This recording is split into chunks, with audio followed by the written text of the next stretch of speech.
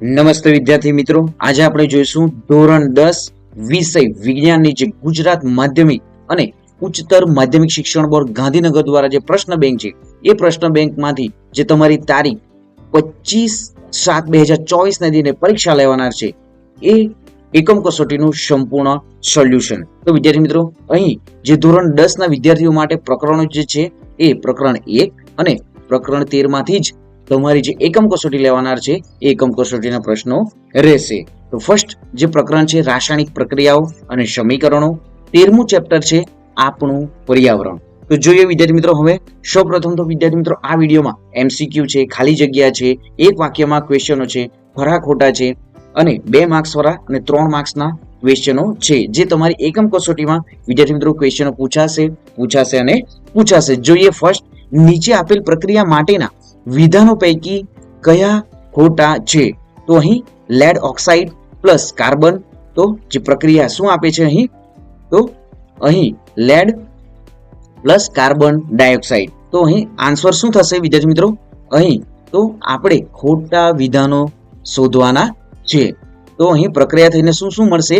તો carbon oxidation પામે છે અને લેડ ઓક્સાઇડ રિડક્શન પામે છે. જે અહીં એ લેડ રિડક્શન પામે છે અને કાર્બન ડાયોક્સાઇડ ઓક્સિડેશન પામે છે એ વિદ્યાર્થી મિત્રો ખોટું છે. નેક્સ્ટ જોઈએ, અહીં જે આયર્ન ઓક્સાઇડ અને પ્લસ એલ્યુમિનિયમ જે છે અહીં પ્રક્રિયા થઈને શું છે? એલ્યુમિનિયમ ઓક્સાઇડ પ્લસ આયર્ન દર્શાવેલી પ્રક્રિયા શેનું ઉદાહરણ છે?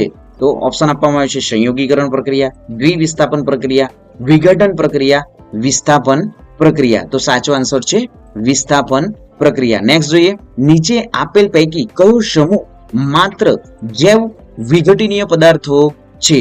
તો ઓપ્શન આપણ છે ઘાસ, પુષ્પો અને ચામડું, કેક, લાકડું તેમજ ઘાસ, ફળો, છાલ, કેક તેમજ લીંબુ રસ અને આપેલ તમામ. તો અહીં આપેલા જે તમામ જે વિઘટનીય પદાર્થો છે ખાસ વિદ્યાર્થી મિત્રો યાદ રાખવું. નેક્સ્ટ જોઈએ, નીચે દર્શાવેલ આહાર શૃંખલામાંથી જો હરણને કાઢી લેવામાં આવે તો શું થશે?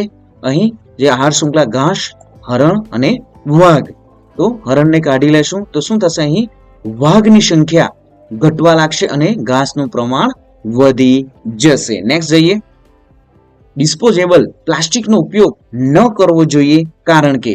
તો સાચો આન્સર છે અહીં તે અવિઘટનીય પદાર્થોમાંથી બનાવાય છે. નેક્સ્ટ જોઈએ, નીચેના પૈકી કયું જૂથ આહાર શૃંખલા રચે છે? તો એ છે ઘાસ, ઘઉં અને હાથી, ઘાસ, બકરી અને મનુષ્ય, બકરી, ગાય અને હાથી અને ઘાસ, માછલી અને બકરી. તો જે જૂથ જે છે આહાર શૃંખલા રચે એ શું છે આન્સર? તો અહીં બી, ઘાસ, બકરી અને મનુષ્ય એ આહાર શૃંખલા રચે છે. નેક્સ્ટ જોઈએ, ઓઝોન જે સ્તરના ઘટાડાનું મુખ્ય કારણ શું છે? તો આન્સર છે ક્લોરોફ્લોરો કાર્બન. નેક્સ્ટ જોઈએ વિદ્યાર્થી મિત્રો, ગુજરાતી વિષયનું પણ જે પેપર જે છે એ વિદ્યાર્થી મિત્રો પીડીએફ સંપૂર્ણ મૂકી દેવામાં આવ્યું છે. જે પણ વિદ્યાર્થી મિત્રો જોવાનું બાકી હોય ડિસ્ક્રિપ્શનમાં એમની લિંક પણ આપી છે વિદ્યાર્થી મિત્રો. તો સૌપ્રથમ તો ગુજરાતી વિષયને પણ તમે સંપૂર્ણ જે પીડીએફ છે જોઈ લો વિદ્યાર્થી મિત્રો, અને વિડીયોને પણ લાઈક કરી દો. ચેનલ હજી પણ સબસ્ક્રાઇબ નથી કરી તો ચેનલને સબસ્ક્રાઇબ પણ કરી દો. જોઈએ આગળ, બ, આપેલ વિધાન ખરા છે કે ખોટા તે જણાવો. દરેકનો એક ગુણ. શ્વસન ઉષ્માક્ષેપક પ્રક્રિયા છે તો વિધાન સાચું છે. કોપર સલ્ફેટના દ્રાવણમાં લોખંડની ખીલી ડુબાડવાની પ્રક્રિયા દ્વિવિસ્થાપન પ્રક્રિયા છે તો આ વિધાન ખોટું છે. નેક્સ્ટ જોઈએ, તૃણાહારીઓ દ્વિતીય ઉપભોગી છે, ખોટું વિધાન છે. ચામડું જૈવ વિઘટનીય પદાર્થ છે તો સાચું વિધાન છે. નેક્સ્ટ જોઈએ, જો આપણે એક પોષક સ્તરના બધા જ સભ્યોને દૂર કરી નાખીએ એટલે કે મારી નાખીએ તો તેનાથી નીચેના પોષક સ્તરના બધા સજીવો મૃત્યુ પામે છે તો આ વિધાન સાચું છે. નેક્સ્ટ જોઈએ, ઓઝોન સ્તરના વિઘટનથી હાનિકારક પારજાંબલી વિકિરણો પૃથ્વીની સપાટી પર પહોંચે છે તો સાચું વિધાન છે. બજારમાં જતી વખતે સામાન માટે કપડાની થેલીઓ લઈ જવી જોઈએ એ પર્યાવરણ પ્રત્યેનો હકારાત્મક અભિગમ છે તો સાચું વિધાન છે. નેક્સ્ટ જોઈએ, અગ્નિશમનમાં CFC એટલે કે ક્લોરોફ્લોરો કાર્બનનો ઉપયોગ કરવામાં આવે છે તો સાચું વિધાન છે. નેક્સ્ટ, ફેરસ સલ્ફેટનો સ્ફટિક પીળો છે, ખોટું વિધાન છે. નેક્સ્ટ જોઈએ, કડી ચૂનાનું રાસાયણિક સૂત્ર CaO એટલે કે કેલ્શિયમ ઓક્સાઇડ છે, સાચું વિધાન છે. નેક્સ્ટ જોઈએ, મેગ્નેશિયમની પટ્ટીને હવામાં સળગાવતા સફેદ રંગની રાખ ઉદ્ભવે છે, સાચું વિધાન છે. નેક્સ્ટ જોઈએ, સૂર્યપ્રકાશમાં સફેદ સિલ્વર ક્લોરાઇડ નું રૂપાંતર રાખોડી રંગના પદાર્થમાં થાય છે, સાચું વિધાન છે. નેક્સ્ટ, Zn Cu અને Cu વધુ સક્રિય ધાતુ છે, તો આ વિધાન ખોટું છે. તો અહીં જે Zn અને Cu માં Cu વધુ સક્રિય ધાતુ જે છે એ ખોટું વિધાન છે. નેક્સ્ટ જોઈએ, ZnO plus C give Zn plus Co માં ZnO નું રિડક્શન થાય છે, તો આ વિધાન સાચું છે. નેક્સ્ટ જોઈએ, જ્યારે તેલ અથવા ચરબીનું રિડક્શન થાય છે ત્યારે તે ખોરું થાય છે, આ વિધાન ખોટું છે. નેક્સ્ટ જોઈએ, નીચેના વિધાન સાચું બને તે રીતે ખાલી જગ્યા પૂરો. દરેકનો એક ગુણ છે વિદ્યાર્થી મિત્રો આ જે મોડેલ પેપર છે એ તમારી જે બોર્ડની પરીક્ષા જે છે એસએસસી બોર્ડની પરીક્ષામાં પણ વિદ્યાર્થી મિત્રો મોસ્ટ આઈએમપી રહે છે. જે પ્રશ્ન બેંક છે એમાંથી જ વિદ્યાર્થી મિત્રો તમારું બોર્ડના પણ જે પ્રશ્નો પૂછાશે અને પૂછાશે બોર્ડમાં પણ. જોઈએ ફર્સ્ટ, જે રાસાયણિક પ્રક્રિયામાં એક પ્રક્રિયકમાંથી બે કે તેથી વધુ નિપજ બને તેને ખાલી જગ્યા પ્રક્રિયા કહે છે, તો સાચો આન્સર છે વિઘટન પ્રક્રિયા. નેક્સ્ટ જોઈએ, જે રાસાયણિક પ્રક્રિયામાં દરમિયાન બે પ્રક્રિયકો વચ્ચે આયનોની આપલે થાય છે તેને ખાલી જગ્યા પ્રક્રિયા કહે છે, તો શું કહેવાય છે? દ્વિવિસ્થાપન પ્રક્રિયા. નેક્સ્ટ જોઈએ, 2H2O વિદ્યુત પ્રવાહ 2H2 પ્લસ O2 રાસાયણિક પ્રક્રિયા ખાલી જગ્યા પ્રકારની વિઘટન પ્રક્રિયા છે, તો આન્સર છે વિદ્યુતીય. નેક્સ્ટ જોઈએ 4, માછલીઘર ખાલી જગ્યા પ્રકારનું નિવસન તંત્ર છે, તો આન્સર છે કૃત્રિમ. નેક્સ્ટ 5, ખાલી જગ્યા અને ખાલી જગ્યા સૂક્ષ્મજીવો મૃત જૈવ અવશેષોનું વિઘટન કરે છે, તો બેક્ટેરિયા અને ફૂગ સૂક્ષ્મજીવો મૃત જૈવ અવશેષોનું વિઘટન કરે છે. નેક્સ્ટ 6, તાપમાન, વરસાદ, હવા, ભૂમિ તેમજ ખનિજ પદાર્થોએ નિવસન તંત્રના ખાલી જગ્યા ઘટકો છે, તો સાચો આન્સર છે અજૈવિક ઘટકો છે. નેક્સ્ટ જોઈએ 7, ચિપ્સ એટલે કે કાતરીના પેકિંગમાં ચિપ્સનું ઓક્સિડેશન થતું અટકાવવા ખાલી જગ્યા નિષ્ક્રિય વાયુ ભરવામાં આવે છે. વિદ્યાર્થી મિત્રો આપણે જે વેફરો ખાઈએ છીએ, કુરકુરે ખાઈએ છીએ, તો એમાં વિદ્યાર્થી મિત્રો જે વાયુ ભરવામાં આવે છે એ વાયુ કયો હોય છે? તો સાચો આન્સર છે નાઇટ્રોજન. નેક્સ્ટ 8, જૈવ અવિઘટનીય દ્રવ્યોના આહાર શૃંખલામાં પ્રવેશી ખાલી જગ્યા સમસ્યા સર્જાય છે, તો સાચો આન્સર છે અહીં જૈવિક વિશાલન. નેક્સ્ટ 9, ખાલી જગ્યા નિવસન તંત્રના સફાઈ કામદારો છે, તો સાચો આન્સર છે વિઘટકો અને અપમાર્જકો. નેક્સ્ટ 10, નિવસન તંત્રમાં ઉર્જાનો મુખ્ય સ્ત્રોત ખાલી જગ્યા છે, તો સાચો આન્સર છે નિવસન તંત્રમાં ઉર્જાનો મુખ્ય સ્ત્રોત સૂર્ય છે. તો વિદ્યાર્થી મિત્રો હવે આપણે વિભાગ બી જોઈશું. આપેલ પ્રશ્નોના એક વાક્યમાં કે શબ્દમાં ઉત્તર આપો. દરેકનો એક ગુણ રહેશે. વિદ્યાર્થી મિત્રો આ જે ક્વેશ્ચન રહેશે મોસ્ટ આઈએમપી છે. જોઈએ ફર્સ્ટ, જે રાસાયણિક પ્રક્રિયા દરમિયાન નિપજ અદ્રાવ્ય ક્ષારો સ્વરૂપે મળે તે પ્રક્રિયાનો પ્રકાર જણાવો, તો સાચો આન્સર છે અવક્ષેપણ પ્રક્રિયા. નેક્સ્ટ સેકન્ડ, કોઈ આહાર શૃંખલાના તૃતીય પોષક સ્તર પર હંમેશા કોણ હોય? તો આન્સર છે નાના માંસાહારી અથવા દ્વિતીય ઉપભોગી તૃતીય પોષક સ્તર પર હંમેશા હોય. નેક્સ્ટ થર્ડ, શ્વેત શ્યામ ફોટોગ્રાફીમાં કયા પદાર્થનો ઉપયોગ થાય છે? તો આન્સર છે શ્વેત શ્યામ ફોટોગ્રાફીમાં AgBr એટલે કે સિલ્વર બ્રોમાઇડ કે AgCl સિલ્વર ક્લોરાઇડ પદાર્થનો ઉપયોગ થાય છે. નેક્સ્ટ જોઈએ 4, રાસાયણિક સમીકરણોને સમતુલિત કરવા માટે કઈ પદ્ધતિ વપરાય છે? તો આન્સર છે રાસાયણિક સમીકરણોને સમતુલિત કરવા માટે અહીં CaO પ્લસ H2O જે નિપજ CaOH2 અહીં હીટ એન્ડ ટ્રાયલ પદ્ધતિ વપરાય છે. નેક્સ્ટ જોઈએ, ઉપરોક્ત રાસાયણિક પ્રક્રિયામાં કઈ ભૌતિક સ્થિતિ દર્શાવે છે?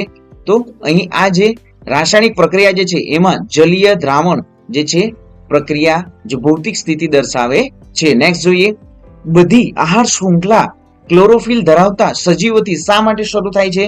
તો આન્સર છે ક્લોરોફિલ ધરાવતા સજીવો સૌર ઉર્જાનું શોષણ કરી તેનું રાસાયણિક ઉર્જામાં રૂપાંતર કરે છે.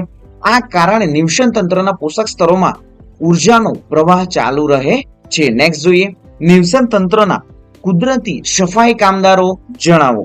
તો આન્સર છે વિઘટકો એટલે કે બેક્ટેરિયા અને ફૂગ, અપમાર્જકો એટલે કે ઉદાહરણ તરીકે સંભળી અને કાગડો. નેક્સ્ટ જોઈએ, ઘાસ, હરણ, સિંહ પૈકી કોના દ્વારા સૌથી વધુ ઉર્જા તેના ઉપલા સ્તરમાં વહન કરવામાં આવે છે?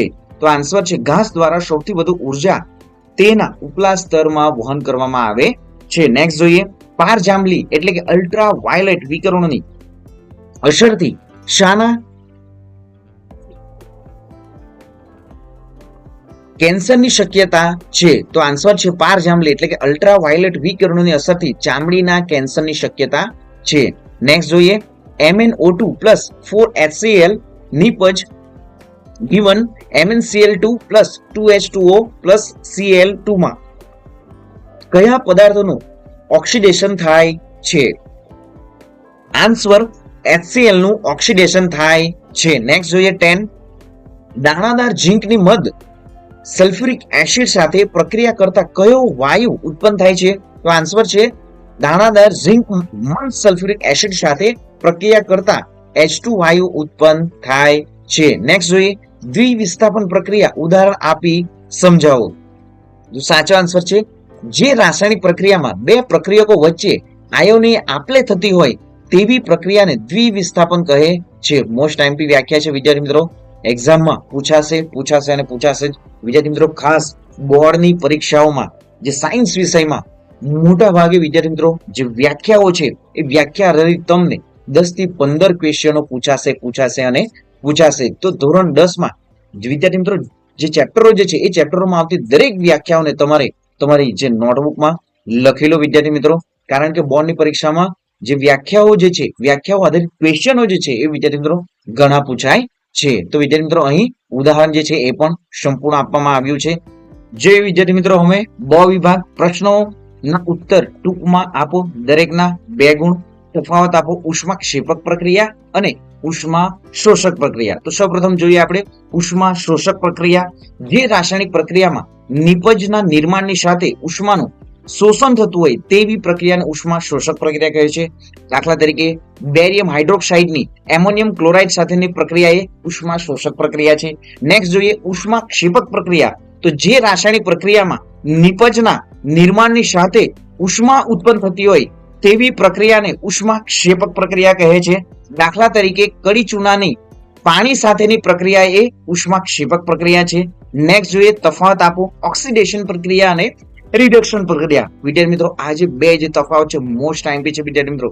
તફાવત આપોમાં તમારા આ 2 ક્વેશ્ચનમાંથી એક ક્વેશ્ચન આવશે. જોઈએ ઓક્સિડેશન પ્રક્રિયા અને રિડક્શન પ્રક્રિયા. તો આન્સર છે જે રાસાયણિક પ્રક્રિયામાં પદાર્થ ઓક્સિજન મેળવે અથવા હાઇડ્રોજન ગુમાવે તો તેવી પ્રક્રિયાને ઓક્સિડેશન કહે છે. ઉદાહરણ છે અહીં વિદ્યાર્થી મિત્રો. નેક્સ્ટ જોઈએ જે રાસાયણિક પ્રક્રિયામાં પદાર્થ હાઇડ્રોજન મેળવે અથવા ઓક્સિજન ગુમાવે તો તેવી પ્રક્રિયાને રિડક્શન કહે છે. ઉદાહરણ પણ અહીં દર્શાવવામાં આવ્યું છે. નેક્સ્ટ જોઈએ વિઘટન પ્રક્રિયાઓને સંયોગીકરણ પ્રક્રિયાની વિરુદ્ધ શા માટે કહેવાય છે? તો વિદ્યાર્થી મિત્રો સંપૂર્ણ આન્સર અહીં દર્શાવવામાં આવ્યો છે. નેક્સ્ટ જોઈએ તફાવત આપો ઉત્પાદકો અને ઉપભોગીઓ. તો ઉત્પાદકોમાં શું છે કે આ સજીવો સ્વયંપોષી છે, જ્યારે ઉપભોગીઓમાં આ સજીવો વિષમપોષી છે. નેક્સ્ટ જોઈએ તેઓ ઉત્પાદકો શું છે કે તેઓ સૌર ઉર્જાનું રાસાયણિક ઉર્જામાં રૂપાંતર કરી પોતાના માટે અન્ય સજીવો માટે ખોરાક તૈયાર કરે છે. સ્થળજ નિવસન તંત્રમાં લીલી વનસ્પતિ અને જલજ નિવસન તંત્રમાં વિવિધ પ્રકારની જે લીલ ઉત્પાદક સજીવો છે. ઉત્પાદક સજીવો વિશિષ્ટ કક્ષામાં વિભાજિત નથી. અહીં ઉપભોગીઓમાં તેઓ અન્ય સજીવો કે તેમની નિપજોનો ખોરાક તરીકે ઉપયોગ કરે છે. નિવસન તંત્રમાં પ્રાણીઓ ઉપભોગી સજીવો છે. ઉપભોગીય સજીવોની તૃણાહારી, માંસાહારી, સર્વાહારી અને પરોપજીવીની કક્ષામાં વિભાજિત કરી શકાય છે. નેક્સ્ટ 5th, શા માટે કેટલાક પદાર્થો જૈવ વિઘટનીય હોય છે અને કેટલાક પદાર્થ જૈવ અવિઘટનીય હોય છે?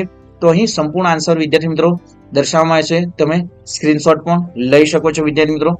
6 જોઈએ 4Na plus O2